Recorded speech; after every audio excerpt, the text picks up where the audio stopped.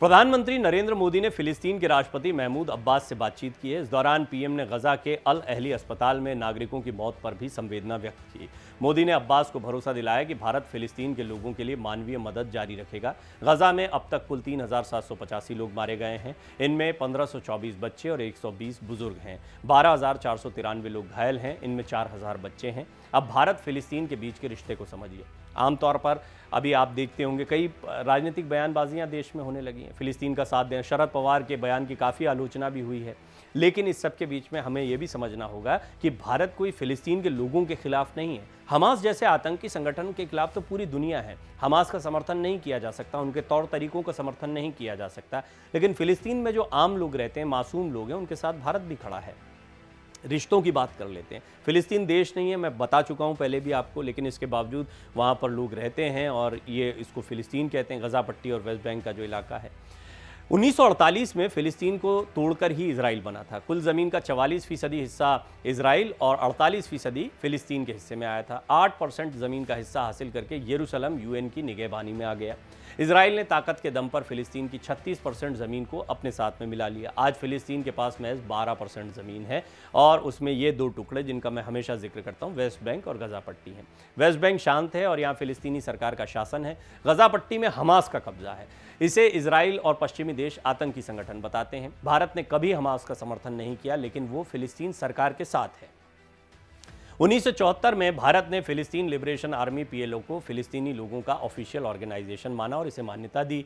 यहाँ ये भी जान लीजिए कि पीएलओ को मान्यता देने वाला भारत पहला गैर अरब देश था। 1969 से 2004 तक यासिर अराफात इसके चेयरमैन रहे। भारत से उनके बहुत दोस्ताना रिश्ते थे और इंदिरा गांधी उन्हें अपना भाई मानती थी। बाद में ये संगठन यानी पीएलओ बिखरता चला गया, इसकी ताकत कम होती चली गई। यहीं से हमास की नींव पड़ी और 1987 से यह ऑफिशियली खुद को फिलिस्तीनियों की आवाज़ बताने लगा।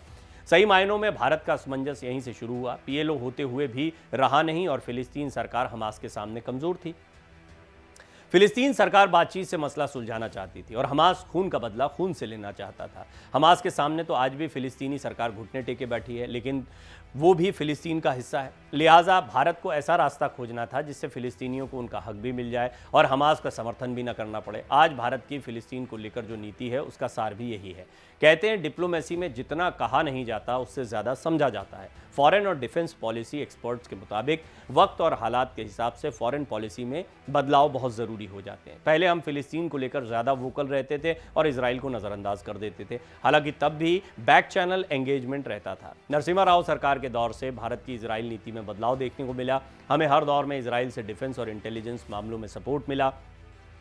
1988 में भारत ने फिलिस्तीन को एक राष्ट्र के रूप में मान्यता दी। 1996 में गजा में अपना ऑफिस भी खोला, लेकिन हमास की हरकतें देखकर 2003 में से फिलिस्तीन सरकार के एडमिनिस्ट्रेटिव सर्कल में आने वाले रामल्ला में शिफ्ट कर दिया। आज भी ये वहीं है। 2011 में जब फिलिस्तीन को यूनेस्को का मेंबर बनाने की मांग उठी तो भारत ने इसका समर्थन किया। 2015 में फिलिस्तीन का नेशनल फ्लैग यूएन में लगा, तब भी भारत मजबूती से उसके साथ खड़ा था।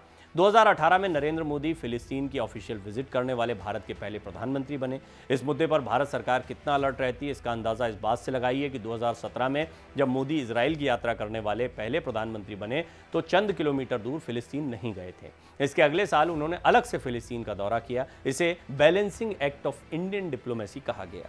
2018 में जब इजरायली प्रधानमंत्री बेंजामिन नेतन्याहू ने भारत आए, जब वो भारत का दौरा कर रहे थे तो यहूदी बालक मोशे से भी मिले थे। 26/11 के मुंबई हमलों में मोशे के माता पिता आतंकवादियों के हाथों मारे गए थे। एक बात बहुत स्पष्ट है, इस खबर के जरिए आपको समझ में आ गई होगी कि फिलिस्तीन और इजराइल को लेकर हमारे देश में भी बहुत राजनीति की जाती है। इसको इस्लामिक हितों से जोड़ दिया जाता है, वोट बैंक की राजनीति से जोड़ दिया जाता है, लेकिन भारत की डिप्लोमेसी ऐसे नहीं चलती है। अंतर्राष्ट्रीय संबंध अलग स्तर पर होते हैं। आप अरब देशों को देख लीजिए, खुलकर वो इस वक्त फिलिस्तीन लोगों के साथ में खड़े हैं, लेकिन कभी उनका वैसा सपोर्ट नहीं करते हैं जैसी कि आवाज़ उनके यहीं पर लोग उठा रहे हैं, कह रहे हैं कि मारे जा रहे हैं मासूम फिलिस्तीनी, आप कहाँ पर हो। क्योंकि जब अंतर्राष्ट्रीय स्तर पर कोई भी संवाद होता है या कोई भी संबंध बनाया जाता है तो वहाँ पर अपने हितों का भी ध्यान रखना पड़ता है। इजराइल और फिलिस्तीन दोनों से अच्छे रिश्ते रखना ये भारत के लिए ज़रूरी है। भारत इजराइल के ज़्यादा करीब इसलिए दिखता है क्योंकि दोनों के बीच में आदान प्रदान यानी व्यावसायिक हित जो हैं वो काफ़ी मजबूती से जुड़े हैं। ख़ास तौर पर जब से नेतन्याहू आए हैं और जब से प्रधानमंत्री मोदी आए हैं सत्ता में, तब से ये संबंध और मजबूत हुआ है। इंटेलिजेंस के लिहाज से हो या हथियारों के लिहाज से हो, भारत के लिए एक बड़े सहयोगी के तौर पर इजराइल दिखाई देता है। निश्चित तौर पर भारत को उससे अच्छे संबंध रखना है, लेकिन फिलिस्तीन को लेकर दुनिया भर में जो आवाज़ें उठती हैं उसको भी नज़रअंदाज नहीं किया जा सकता है। इसकी बहुत बड़ी वजह यह है कि फिलिस्तीन में बड़ी तादाद में लोग रहते हैं और सब जानते हैं कि इजराइल ने अपनी शक्ति को बढ़ाया है, धीरे धीरे ज़मीन को कब्जाया है। तो भारत इस पर एक तटस्थ रुख रखता है। फिलहाल जहाँ तक युद्ध की बात है, भारत किसी भी तरह के युद्ध के साथ में कभी नहीं गया है। भारत ने हमेशा कहा है युद्ध कभी भी समाधान नहीं हो सकता है। हम खुद इतने दुश्मनों से घिरे हुए हैं, उसके बावजूद हमारी पॉलिसीज इस बात को लेकर बहुत स्पष्ट हैं कि हम मानवता के साथ में हैं। यहाँ पर युद्ध का समर्थन नहीं किया जाता, लेकिन आतंक का समर्थन भी नहीं किया जा सकता। हमास ने इजराइल के साथ जो किया वो एक मौका दे दिया और इसमें पिस गए हैं फिलिस्तीनी आम लोग। लेकिन इसके लिए इजराइल ने स्पष्ट कह दिया कि अब हम हमास को पूरी तरह से खत्म, वो ये नहीं कह रहे हैं कि हम फिलिस्तीन को या फिलिस्तीनियों को खत्म करेंगे, वो कह रहे हैं हम हमास को खत्म करेंगे। लेकिन हमास पर जब हमला होता है तो फिर फिलिस्तीनी लोग, मासूम लोग जिनके पीछे ये आतंकी छिपे बैठे हैं, उनको भी इसकी कीमत चुकानी पड़ती है। और यहीं पर भारत की भूमिका इसीलिए तटस्थ होती दिखाई पड़ती है।